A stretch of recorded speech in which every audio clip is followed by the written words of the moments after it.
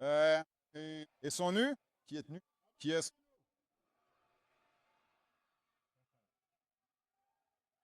nu? Nous sommes le Kenya. C'est formidable d'être de retour au Kenya. Merci beaucoup pour cet accueil extraordinaire. Je sais que cela a pris quelques années, mais en tant que président, j'essaie de tenir mes promesses. Et j'ai dit, j'allais venir et je suis là.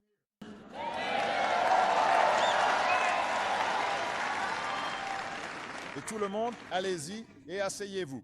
Je vais parler un moment. Détendez-vous. Je veux remercier ma sœur Alma pour cette merveilleuse introduction. Je suis tellement heureux qu'elle puisse être avec nous aujourd'hui. Et comme elle l'a dit, c'est Alma qui m'a guidé pour la première fois à travers le Kenya il y a presque 30 ans. Au président Kenyatta, je veux vous remercier encore une fois pour l'hospitalité que vous m'avez témoignée. Pour notre travail commun lors de cette visite et pour votre présence aujourd'hui, c'est un grand honneur. Je suis fier d'être le premier président américain à venir au Kenya.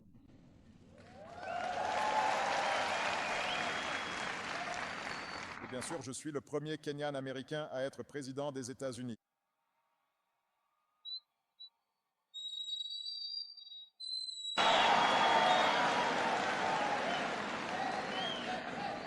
Cela va sans dire. Je vous aime aussi.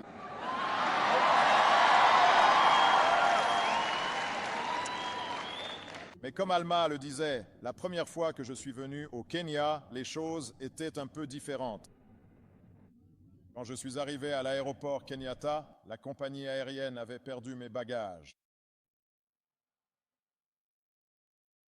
Ça n'arrive pas à bord d'Air Force One.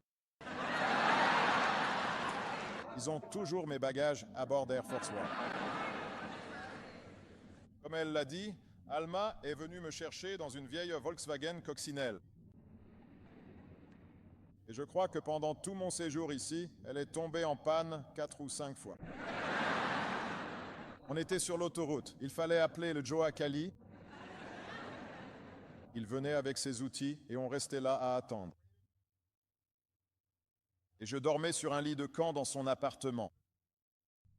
Au lieu de manger à de grands banquets officiels avec le président, on buvait simplement du thé et on mangeait de l'ugali, du sukuma wiki et donc il n'y avait pas beaucoup de luxe. Parfois, les lumières s'éteignaient. C'est toujours le cas, comme on l'a tant dit. Et vous savez, il y avait quelque chose de plus important que le luxe lors de ce premier voyage. Et c'était ce sentiment d'être reconnu, d'être vu. J'étais un jeune homme et cela ne faisait que quelques années que j'avais quitté l'université. J'avais travaillé comme organisateur communautaire dans des quartiers défavorisés de Chicago.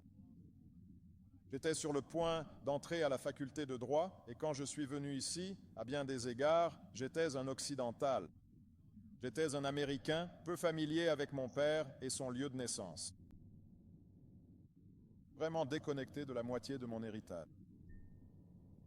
Et à cet aéroport, alors que j'essayais de retrouver mes bagages, il y avait une femme qui travaillait pour la compagnie aérienne et elle aidait à remplir les formulaires. Et elle a vu mon nom, elle a levé les yeux et m'a demandé si j'étais parent avec mon père qu'elle avait connu. Et c'était la première fois que mon nom signifiait quelque chose. N'est-ce pas? Et qu'il était reconnu. Et au fil de plusieurs semaines, j'ai rencontré mes frères, mes tantes et mes oncles. Je suis allé à Alego, le village d'où venait ma famille. J'ai vu les tombes de mon père et de mon grand-père. Et j'ai appris des choses sur leur vie que je n'aurais jamais pu apprendre dans les livres. Et à bien des égards, leurs vies offraient des instantanés de l'histoire du Kenya. Mais elles nous disaient aussi quelque chose sur l'avenir. Mon grand-père, par exemple, était cuisinier pour les Britanniques. Et en fouillant dans certaines de ses affaires lorsque je suis allé dans la campagne, j'ai trouvé le livret de passage qu'il devait porter en tant que domestique. Il y était inscrit son âge et sa taille, sa tribu, ainsi que le nombre de dents qu'il lui manquait.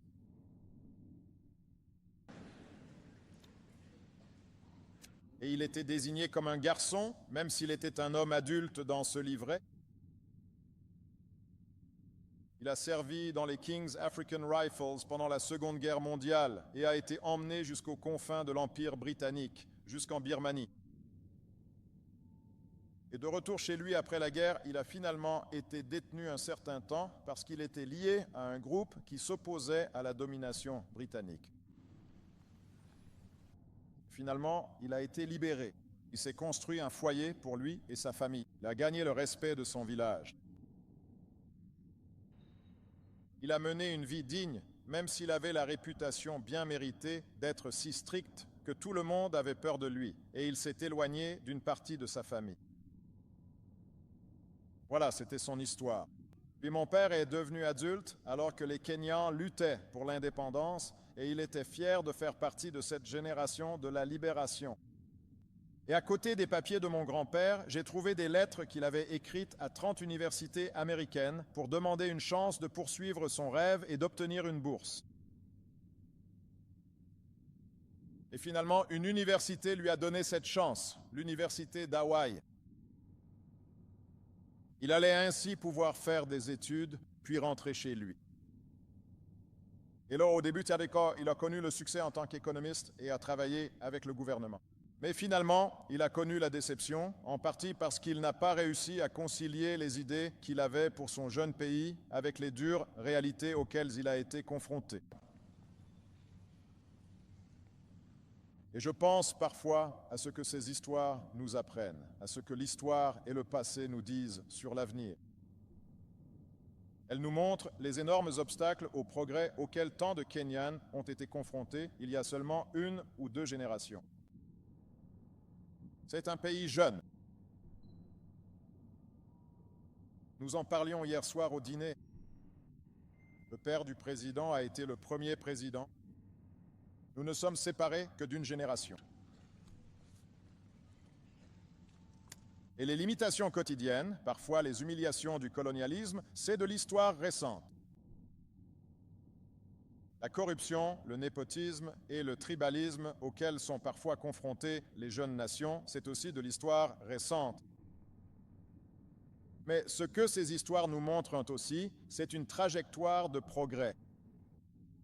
Du joug étranger à l'indépendance, de l'isolement à l'éducation et à l'ouverture sur le monde,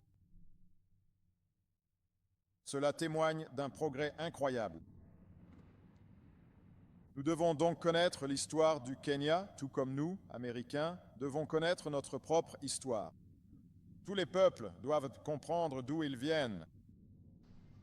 Mais nous devons aussi nous rappeler pourquoi ces leçons sont importantes.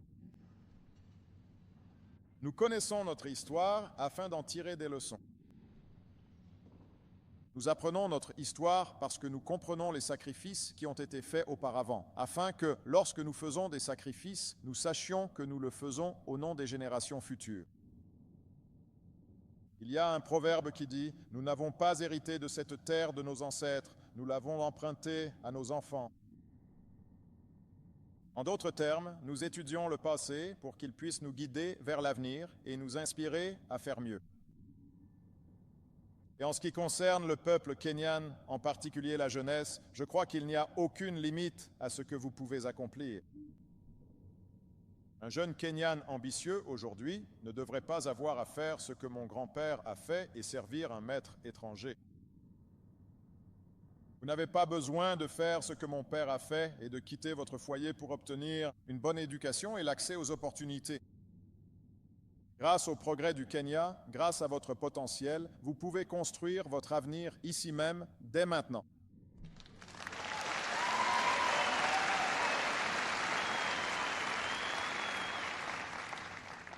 Comme tout pays, le Kenya est loin d'être parfait. Mais il a parcouru un si long chemin rien que durant ma vie. Après une lutte acharnée, les Kenyans ont obtenu leur indépendance quelques années après ma naissance. Après des décennies de régime à parti unique, le Kenya a adopté un système multipartite dans les années 1990, alors que je commençais ma carrière politique aux États-Unis. De façon tragique, il y a un peu moins de 10 ans, le Kenya a failli être déchiré par la violence. Au même moment où je menais ma première campagne présidentielle, et je me souviens avoir entendu les récits de milliers d'innocents tués ou chassés de chez eux. Et de loin, il semblait que le Kenya que je connaissais, un Kenya capable de dépasser les clivages ethniques et tribaux, risquait de se diviser le long de ces lignes de tribus et d'ethnies. Mais regardez ce qui s'est passé. Le peuple kenyan a choisi de ne pas se laisser définir par les haines du passé. Vous avez choisi une histoire meilleure.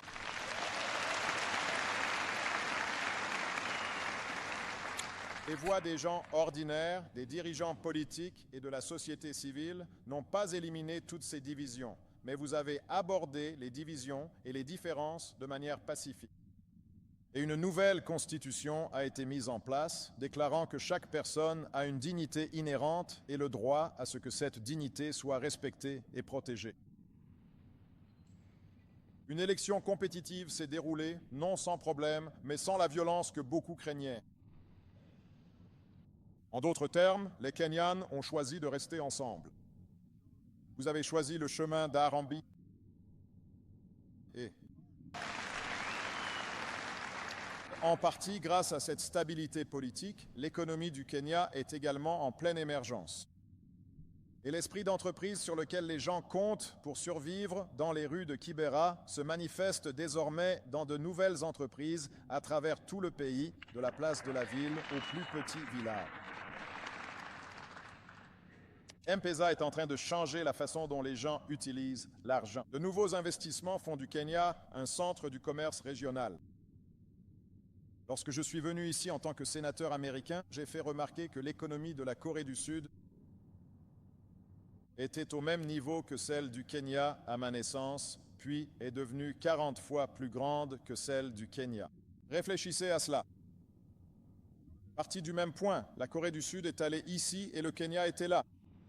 Mais aujourd'hui, cet écart a été réduit de moitié, rien que durant la dernière décennie, ce qui signifie que le Kenya progresse. Et pendant ce temps, le Kenya continue de se tailler une place distincte au sein de la communauté des nations. En tant que fournisseur de casques bleus pour les endroits déchirés par les conflits, un pays d'accueil pour les réfugiés chassés de chez eux. Un leader en matière de conservation, suivant les traces de Wangari Maathai.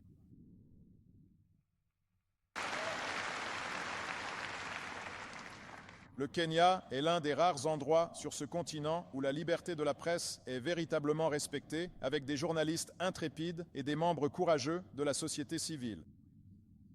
Et aux États-Unis, nous voyons l'héritage de Kip Keino chaque fois qu'un Kenyan remporte l'un de nos marathons.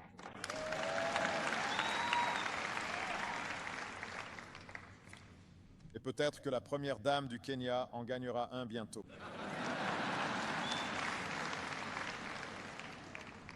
J'ai dit au président qu'il devait commencer à courir avec sa femme. Nous voulons qu'il reste en forme. Il y a donc beaucoup de raisons d'être fier, beaucoup de progrès à mettre en avant. C'est une bonne nouvelle, mais nous savons aussi que le progrès n'est pas achevé. Il y a encore des problèmes qui assombrissent le quotidien des Kenyans ordinaires, des défis qui peuvent vous priver de vos moyens de subsistance et parfois même de la vie. Comme en Amérique et dans tant de pays à travers le monde, la croissance économique n'a pas toujours profité à tous. Parfois, les personnes au sommet s'en sortent très bien, mais les gens ordinaires continuent de lutter. Aujourd'hui, un jeune enfant dans la province de Nyanza a 4 fois plus de risques de mourir qu'un enfant dans la province centrale. Même s'ils sont égaux en dignité aux yeux de Dieu, c'est un écart qu'il faut combler. Une fille dans la vallée du Rift,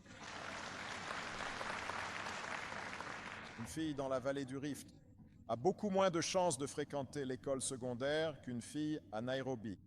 C'est un écart qu'il faut combler. À travers le pays, une étude montre que la corruption coûte aux Kenyans 250 000 emplois chaque année. Parce que chaque shilling versé comme pot de vin pourrait aller dans la poche de quelqu'un qui fait réellement une journée de travail honnête.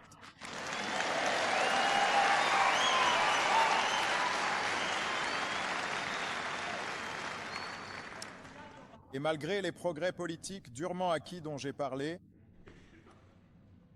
ces acquis politiques doivent encore être protégés. De nouvelles lois et restrictions pourraient fermer l'espace où la société civile donne une voix aux citoyens et oblige les dirigeants à rendre des comptes. Les anciennes divisions tribales et ethniques peuvent encore être attisées. Je veux être très clair à ce sujet. Une politique fondée uniquement sur la tribu et l'ethnie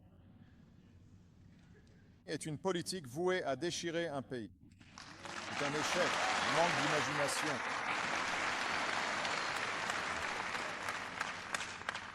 Bien sûr, ici au Kenya, nous savons aussi que le spectre du terrorisme a touché bien trop de vies. Et nous nous souvenons des Américains et des Kenyans qui sont morts côte à côte lors de l'attaque contre notre ambassade dans les années 90. Nous nous souvenons des Kenyans innocents qui nous ont été enlevés lors de l'attaque du centre commercial Westgate. Nous pleurons les près de 150 personnes massacrées à Garissa, y compris tant d'étudiants qui avaient un avenir si prometteur devant eux. Nous honorons la mémoire de tant d'autres Kenyans innocents dont la vie a été perdue dans cette lutte. Le Kenya se trouve donc à la croisée des chemins. Un moment rempli d'espoir, avec des dangers, mais aussi d'immenses promesses. Et avec le temps qu'il me reste aujourd'hui, j'aimerais parler de la façon dont vous pouvez saisir cette opportunité, de la manière dont vous pouvez vous assurer que nous laissons derrière nous un monde meilleur, un monde que nous avons emprunté à nos enfants. Lorsque je suis venu pour la première fois en Afrique subsaharienne en tant que président, j'ai clairement exprimé ma conviction profonde que l'avenir de l'Afrique appartient aux Africains.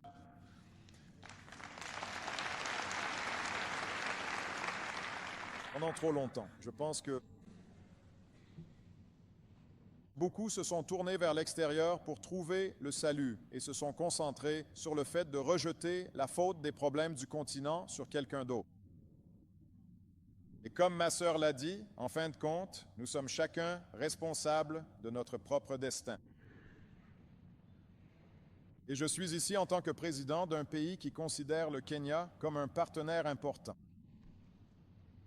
Je suis ici en tant qu'ami qui souhaite la réussite du Kenya. Et les piliers de ce succès sont clairs. Une gouvernance démocratique forte, un développement qui offre des opportunités à tous et pas seulement à certains, un sentiment d'identité nationale qui rejette le conflit au profit d'un avenir de paix et de réconciliation. Et aujourd'hui, nous pouvons voir cet avenir pour le Kenya à l'horizon. Mais des choix difficiles devront être faits pour atteindre cette destination. Aux États-Unis, je dis toujours que ce qui rend l'Amérique exceptionnelle, ce n'est pas le fait que nous soyons parfaits. C'est le fait que nous nous efforçons de nous améliorer. Nous sommes autocritiques. Nous travaillons à être à la hauteur de nos valeurs et idéaux les plus élevés, en sachant que nous n'y parviendrons pas toujours parfaitement, mais nous continuons d'essayer de parfaire notre union. Et ce qui est vrai pour l'Amérique l'est aussi pour le Kenya. Vous ne pouvez pas être complaisant et accepter le monde tel qu'il est. Vous devez imaginer ce que le monde pourrait être, puis pousser et travailler vers cet avenir. Le progrès exige que l'on confronte honnêtement les zones d'ombre de notre propre passé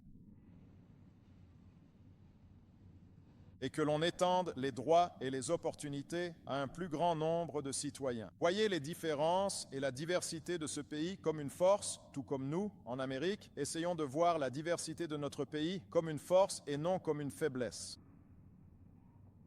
Ainsi, vous pouvez choisir la voie du progrès, mais cela nécessite de faire des choix importants. Avant tout, cela signifie poursuivre sur la voie d'une démocratie forte, plus inclusive, plus responsable et plus transparente.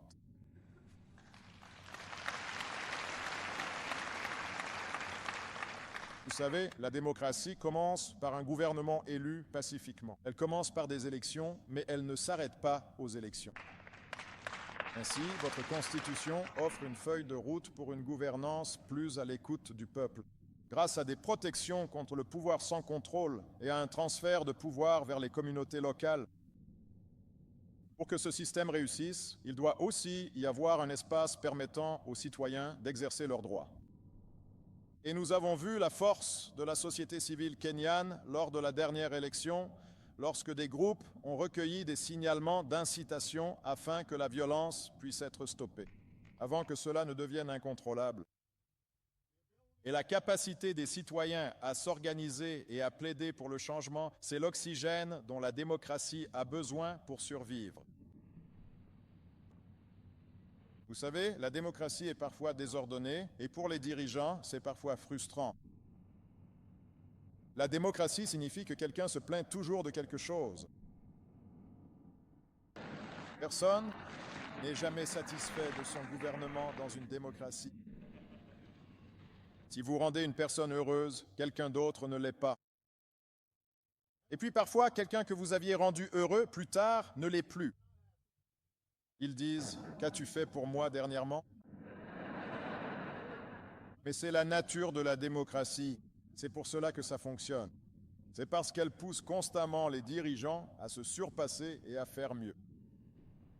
Et une telle participation civique et liberté sont également essentielles pour éradiquer le cancer de la corruption. Maintenant, je veux être clair. La corruption n'est pas propre au Kenya.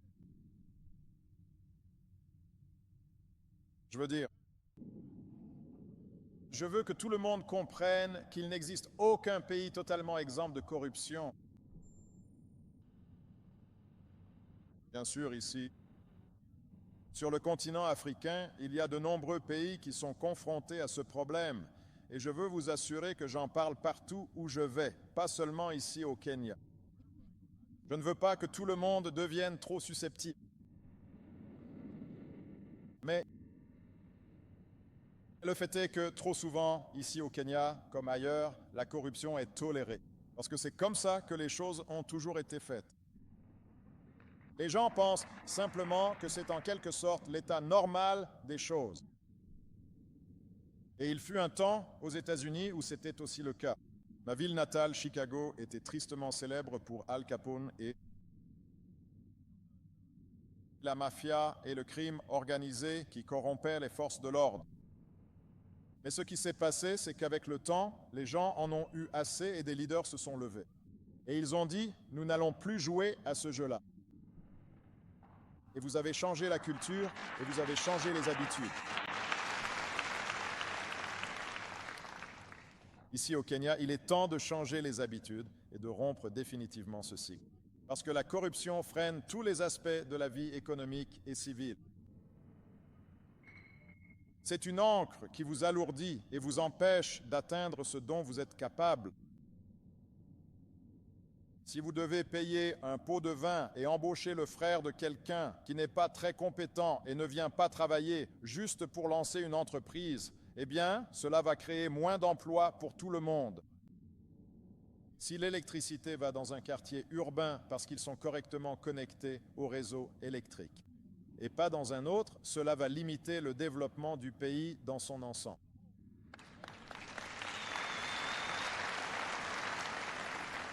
Si quelqu'un dans la fonction publique prend une part qu'il ne mérite pas, cela prive ceux qui paient leur juste part.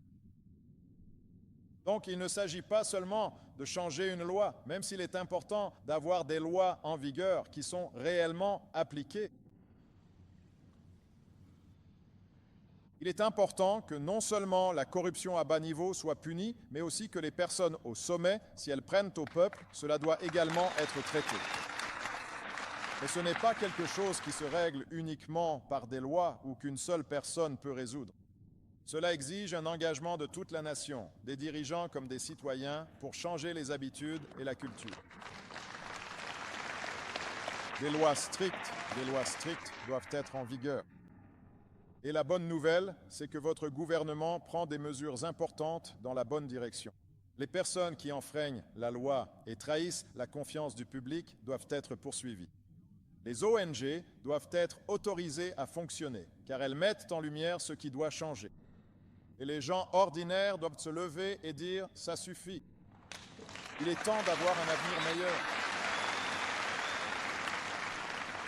Alors que vous prenez ces mesures, l'Amérique restera votre partenaire pour soutenir les investissements dans des institutions solides, des institutions démocratiques. Nous allons également travailler avec vous pour poursuivre le deuxième pilier du progrès. Et il s'agit d'un développement qui étend les opportunités économiques et la dignité à tout le peuple kényan. Vous savez, l'Amérique est partenaire du Kenya dans des domaines où vous réalisez d'énormes progrès. Et nous nous concentrons sur ce que les Kenyans peuvent faire eux-mêmes pour renforcer leurs capacités. Sur l'entrepreneuriat, où le Kenya devient un moteur d'innovation. Sur l'accès à l'énergie, où le Kenya développe des énergies propres pouvant atteindre davantage de personnes. Sur la question importante du changement climatique, où l'objectif récent du Kenya de réduire ses émissions lui a permis de devenir un leader sur le continent. Sur la sécurité alimentaire, où les cultures kenyanes produisent davantage pour répondre aux besoins de votre population et du marché mondial. Et dans le domaine de la santé, où le Kenya a porté de grands coups contre le VIH, le sida et d'autres maladies, tout en renforçant la capacité à fournir de meilleurs soins dans vos communautés. L'Amérique s'associe également à vous sur une question fondamentale pour l'avenir du Kenya. Nous investissons dans la jeunesse. Nous investissons dans la jeunesse du Kenya et dans la jeunesse de ce continent. Robert F. Kennedy a dit un jour, « Nous vivons dans un monde révolutionnaire et ce sont les jeunes qui doivent prendre les devants. » Ce sont les jeunes qui doivent prendre les devants. C'est pourquoi, à travers notre initiative pour les jeunes leaders africains, nous donnons du pouvoir et nous connectons les jeunes. Nous connectons des jeunes de tout le continent remplis d'énergie, d'optimisme et d'idéalisme qui vont porter l'Afrique vers de nouveaux sommets. Et ces jeunes, ils ne sont pas freinés par les anciennes méthodes. Ils créent une nouvelle voie. Et ce sont là les éléments du succès dans ce 21e siècle. Pour poursuivre sur cette voie du progrès, il sera essentiel que le Kenya reconnaisse qu'aucun pays ne peut atteindre son plein potentiel s'il ne s'appuie pas sur les talents de tout son peuple. Et cela doit inclure la moitié des Kenyans, voire un peu plus de la moitié, qui sont des femmes et des filles. Maintenant, je vais m'attarder un peu sur ce point, juste un instant. Chaque pays et chaque culture possède des traditions qui lui sont propres et qui contribuent à faire de ce pays ce qu'il est. Mais ce n'est pas parce qu'une chose fait partie de votre passé qu'elle est juste. Cela ne veut pas dire qu'elle définit, par exemple, de façon définitive votre avenir. Regardez-nous aux États-Unis. Récemment, nous avons eu un débat sur le drapeau confédéré. Certains d'entre vous en ont peut-être entendu parler. C'était un symbole pour les États qui se sont battus contre l'Union afin de préserver l'esclavage. Aujourd'hui, en tant qu'objet, en tant qu'artefact historique, il a son importance. Mais certains ont soutenu que ce n'est qu'un symbole du patrimoine qui devrait flotter dans les espaces publics. En réalité, c'était un drapeau qui flottait au-dessus d'une armée qui s'est battue pour maintenir un système d'esclavage et de subjugation raciale. Nous devons donc comprendre notre histoire, mais nous devons aussi reconnaître que cela envoie un mauvais message à ceux qui ont été libérés de l'esclavage et de l'oppression. Et en partie à cause de la tragédie indicible qui s'est produite récemment, où un jeune homme, admirateur du drapeau confédéré et La suprématie raciale a poussé quelqu'un à tirer sur des personnes sans défense dans une église. De plus en plus d'Américains de toutes origines réalisent aujourd'hui que ce drapeau doit être retiré. Ce n'est pas parce qu'une chose est une tradition qu'elle est juste. Eh bien, partout dans le monde, il existe une tradition de réprimer les femmes et de les traiter différemment. Et de ne pas leur donner les mêmes opportunités, et des maris qui battent leurs femmes et des enfants qui ne sont pas envoyés à l'école. Ce sont des traditions. Traiter les femmes et les filles comme des citoyennes de seconde zone, ce sont de mauvaises traditions. Elles doivent changer. Elles vous freinent.